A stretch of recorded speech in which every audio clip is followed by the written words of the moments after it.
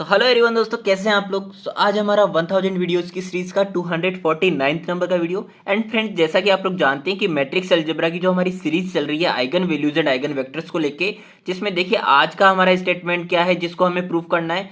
If lambda 1 lambda 2 and up to lambda n are the eigen values of nth order matrix, then determinant of a divided by lambda 1, determinant of a divided by lambda 2 and up to determinant of a divided by lambda n will be the eigen values of adjoint of A. हमें इस statement को prove करना है। Okay, तो first of all तो ये जो statement बोला जा रहा है इसी का आप मतलब समझिए कि ये आखिर क्या कहना चाह रहा है कि हमारे पास में nth ऑर्डर की कोई मैट्रिक्स है।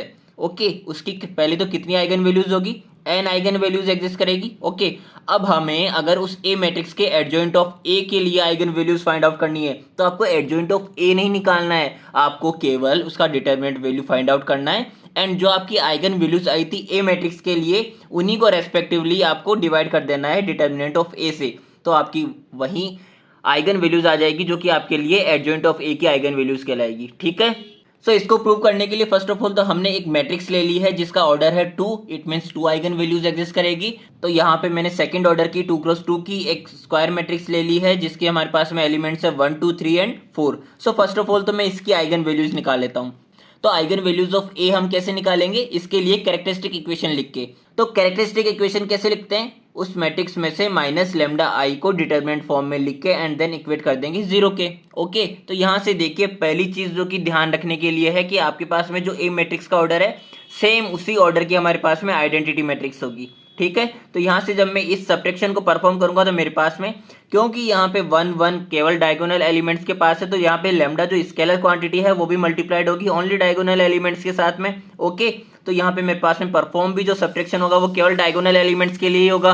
तो देखिए मेरे पास में क्या आ जाएगा, 1 minus lambda and 2 minus lambda and non diagonal elements unchanged रह जाएंगे। ठीक है, अब इसके लिए डिटर्मिनेंट हम कैसे फाइंड आउट करेंगे, 1 minus lambda multiplication 2 minus lambda minus में 4 इंटू 3 12 इज इक्वल्स टू 0। अब इसको सॉल्व करने के बाद मेरे पास में एक क्वाड्रेटिक इक्वेशन मिलेगी जिसके फैक्टर्स होंगे lambda minus 5 lambda plus 2 is equals to 0। Okay, यहाँ से मेरे पास में 2 आइगन वैल्यूज मिलेगी। जैसा कि मैंने कहा था कि हमारे पास में सेकंड ऑर्डर की है तो हमारे पास 2 ही आइगन वैल्यूज एग्जिस्ट करेगी। ठीक है, तो मेरे पास में आ गया 5 एंड -2। ओके, सो पहली चीज तो ये देख लीजिए कि इस टाइप का अगर आपके पास में क्वेश्चन आता है आपको आइगन वैल्यूज ऑफ ए के लिए निकालने के लिए बोलेगा और उसी क्वेश्चन में आपको बोला जाएगा कि इसके लिए एडजॉइंट ऑफ ए की आइगन वैल्यूज भी फाइंड आउट करो। ठीक है, तो ऐसे में आपको एडजॉइंट ऑफ ए निकालने की नीड ही नहीं है। आप जब ए की आइगन वैल्यूज निकालेंगे तो डिटर्मिनेंट ऑफ ए निकाल के उसका डायरेक्टली आंसर दे सकते हैं। ठीक है, तो देखिए अकॉर्डिंग टू अगर मैं प्रॉपर्टी बात करूं तो मेरे पास में अगर ए के लिए eigen values lambda 1 and lambda 2 5 and -2 है तो eigen values of adjoint of A क्या हो जाएगा, determinant of A divided by lambda 1 हो जाएगा पहला तो, and determinant of A divided by lambda 2 हो जाएगा दूसरा आइगन वैल्यू। ठीक है,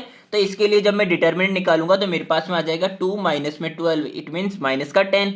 ठीक है, तो लेमडा 1 डैश क्या हो जाएगा मेरे पास में, determinant of A divided by lambda 1 यानी कि -10 डिवाइडेड बाय 5 यानी कि -2 आ गया। एंड एज इट इज जब मैं लेमडा 2 डैश निकालूंगा यानी कि एडजॉइंट ऑफ ए के लिए सेकंड आइगन वैल्यू निकालूंगा तो मेरे पास में आ जाएगा 5। और कोइंसिडेंट है ये जस्ट कि यहाँ पे आपके पास में जो आइगन वैल्यूज है वो ए मैट्रिक्स के लिए एंड एडजॉइंट ऑफ ए के लिए दोनों के लिए इक्वल आई है। ठीक है, अब हमने बात की ये तो प्रॉपर्टी के लिए, प्रॉपर्टी में जो बात कही गई थी उससे हमने एडजॉइंट ऑफ ए की निकाली है। अब हम डायरेक्टली एडजॉइंट ऑफ ए निकाल के एंड देन उसके लिए कैरेक्टरिस्टिक इक्वेशन लिख के और फिर उसकी आइगन वैल्यूज फाइंड आउट करेंगे और पता करेंगे कि क्या वो इसके इक्वल आ रही है या फिर नहीं। सो ये है हमारे पास में ए मैट्रिक्स। अब ए मैट्रिक्स के लिए हम एडजॉइंट ऑफ ए कैसे लिखते हैं, देखिए सबसे पहले तो एडजॉइंट ऑफ ए की अगर मैं डेफिनेशन की बात करूं तो शॉर्ट एंड स्वीट डेफिनेशन क्या कह सकते हैं हम, transpose of the cofactor matrix is known as the adjoint of A. Okay, तो यहाँ पे ट्रांसपोज ऑफ कोफैक्टर मैट्रिक्स की ट्रांसपोज की बात कर रहे हैं हम, वो होगा एडजॉइंट। यानी कि कोफैक्टर मैट्रिक्स क्या होती है, अगर मैं बात करूं -1 to the power I plus J and M of I J क्या है, माइनर, एंड ये हो गया कोफैक्टर। ठीक है, अब ये वाली चीजें हम निकालते कैसे हैं वो एक बार वापस से देख लीजिए आप कि हमारे पास में जो मैट्रिक्स है 1 2 3 4 वाली, देखिए यहाँ पे मुझे इस एलिमेंट के लिए निकालना है ना, अगर 1 के लिए निकालना है तो मैं 1 को छुपा दूंगा और corresponding row and corresponding column को छोड़ने के बाद में मेरे पास कौन सा एलिमेंट बचा, 2 बचा, तो ये तो लिख दिया है मैंने 2 and then -1 to the power I and J, यानी कि -1 यानी क्या है हमारे पास में रो, एंड j यानी क्या है हमारे पास में कॉलम। तो यहाँ पे फर्स्ट रो के फर्स्ट कॉलम का एलिमेंट है तो 1+1 हो जाएगा, एंड एज इट इज यहाँ पे फर्स्ट रो के सेकंड कॉलम का एलिमेंट है तो -1 हो जाएगा। एंड एज इट इज अगर मैं सेकंड रो के लिए बात करूँ तो इस एलिमेंट में -1 यानी कि सेकंड रो के फर्स्ट कॉलम का एलिमेंट एंड सेकंड रो के सेकंड कॉलम का एलिमेंट। ओके, तो ये तो हुई -1 की बात। अब बात करते हैं माइनर्स की, इनके लिए करस्पॉन्डिंग। तो यहाँ पे देखिए, जब मैं सेकंड एलिमेंट के लिए बात करूंगा तो इसके लिए बात करूंगा तो यहाँ पे corresponding row and corresponding column को छोड़ने के बाद में क्या बचा 3, तो ये लिख दिया है मैंने 3 यहाँ पे।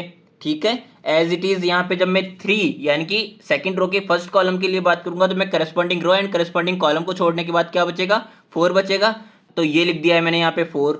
एंड एज इट इज जब मैं सेकंड रो के सेकंड कॉलम के करस्पॉन्डिंग बात करूंगा तो यहाँ पे इसका माइनर क्या हो जाएगा मेरे पास में, ये करस्पॉन्डिंग रो छोड़ी करस्पॉन्डिंग कॉलम छोड़ा तो 1 आ गया। ओके, तो ये मैंने लिख दिया है 1। एंड जैसा कि हमारा फॉर्मूला बोलता है कि कोफैक्टर मैट्रिक्स के लिए ट्रांसपोज, एंड यहाँ पे n क्रॉस n आपको क्या रिप्रेजेंट कर रहा है कि ये हमारे पास में क्या होगी, एक स्क्वायर मैट्रिक्स होगी, यानी कि number of rose and number of columns equal होंगे, 2 रोज एंड 2 कॉलम्स जैसा कि यहाँ पे है। ठीक है, तो यहाँ पे देखिए अब मुझे इसका ट्रांसपोज निकालना है, तो इसके लिए ट्रांसपोज निकालने के लिए मुझे क्या करना पड़ेगा, रो को कॉलम में कन्वर्ट कर देना है। तो 2 एंड -3 जो मेरे पास रो थी उसको मैंने कॉलम में कन्वर्ट कर दिया है, and as it is -4 and 1। Okay, तो इस एडजॉइंट ऑफ ए की हमारे पास में जो मैट्रिक्स निकल के आई है इसको मैंने लेट कर लिया है पी के।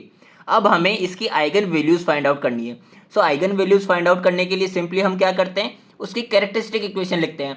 तो कैरेक्टरिस्टिक इक्वेशन क्या हो जाएगी, p minus lambda I in determinant form equal to 0। तो यहाँ पे देखिए मेरे पास में अगेन ये हमारे पास में क्या थी, एडजॉइंट ऑफ ए, यानी कि जो हमने पी मैट्रिक्स मानी थी। ठीक है, तो 2 -4 -3 एंड 1 माइनस लेमडा आई।